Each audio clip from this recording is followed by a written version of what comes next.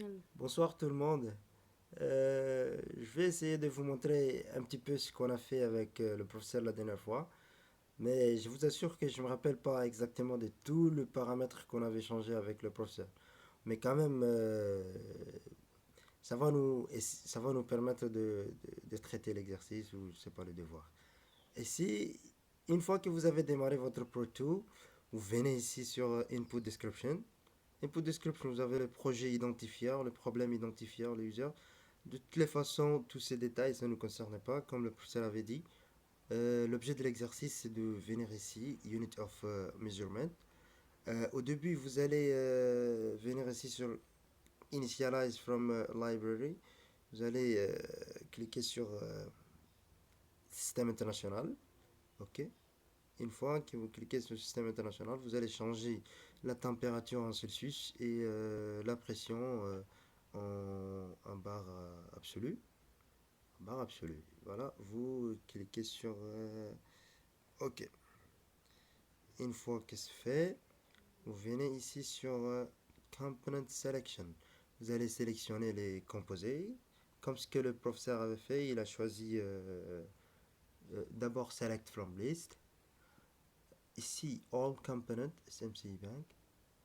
Et ici, vous allez cliquer sur Ethan, l'exemple de professeur.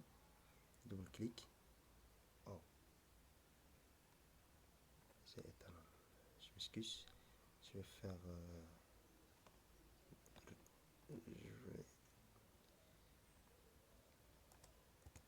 Voilà, Ethan. Double-clic. Aussi, propane.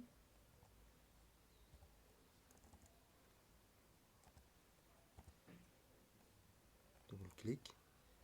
Et l'isobutane. Double-clic.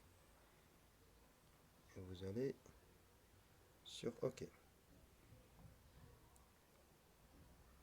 Vous allez ici, Component Phase. Les phases des composés. Vapeur liquide. Donc ici aussi, vous allez choisir vapeur liquide. Ici aussi, vapeur liquide. Non. Vapeur liquide. Vapeur liquide. Ici, cliquez sur OK. Et OK. Component Properties. Les propriétés. Ici, nous avons les propriétés solides et les propriétés physiques. Les propriétés de la phase solide et les propriétés de la phase vapeur et liquide en même temps.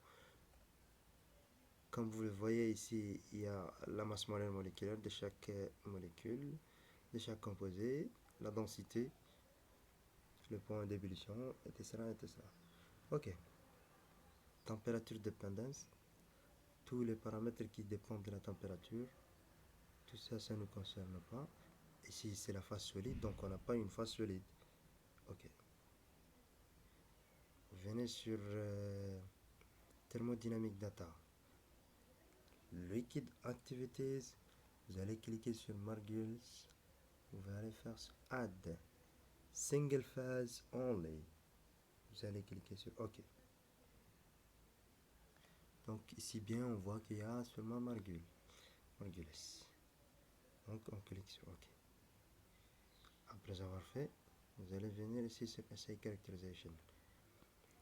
Modify Primary Set. Ici, je ne me rappelle pas exactement si le professeur avait laissé 37,78 degrés ou bien il a changé. Parce que nous, on a travaillé avec la température de 26 degrés, si je ne me trompe pas. Et là, moi, je vais faire 10. Parce qu'ici, on nous demande le minimum de température. La température minimale du premier intervalle. Donc, je vais faire 10. De toutes les façons, on va essayer de voir. Characterization Options.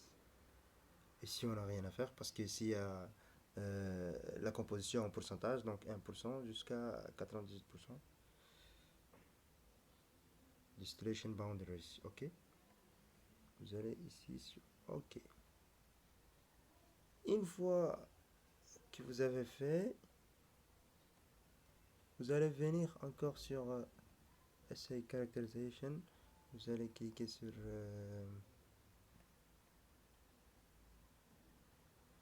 Voilà, ça c'est déjà fait. Vous venez là. Ici, vous allez mettre le premier composé. Ici, le deuxième.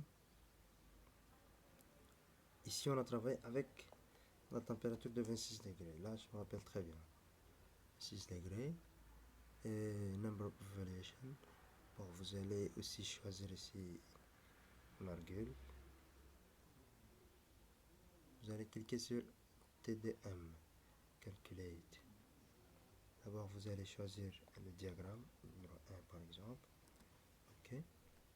Vous allez cliquer sur deux composés parce qu'ils ont une interaction. Vous allez les mettre ici, les deux composés. Vous allez choisir le method of state, Margule.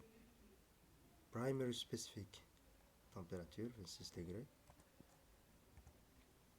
26 degrés, vous allez changer l'unité en Celsius. Une fois que vous avez fait, vous venez sur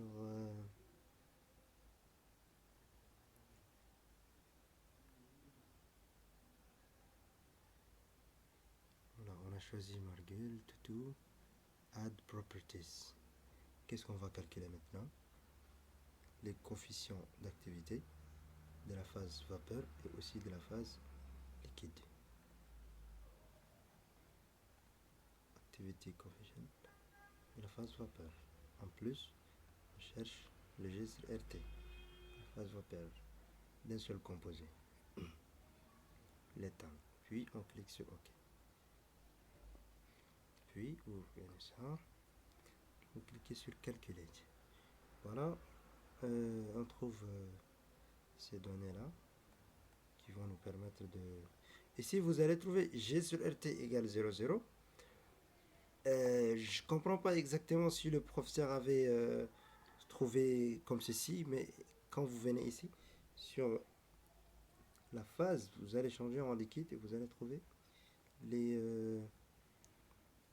valeurs. Les valeurs des G sur RT. Voilà, c'est ça. Une fois que vous avez trouvé ça, vous allez copier dans un fichier Excel.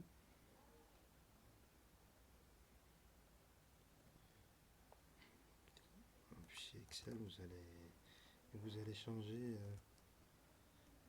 le point 1, c'est tout.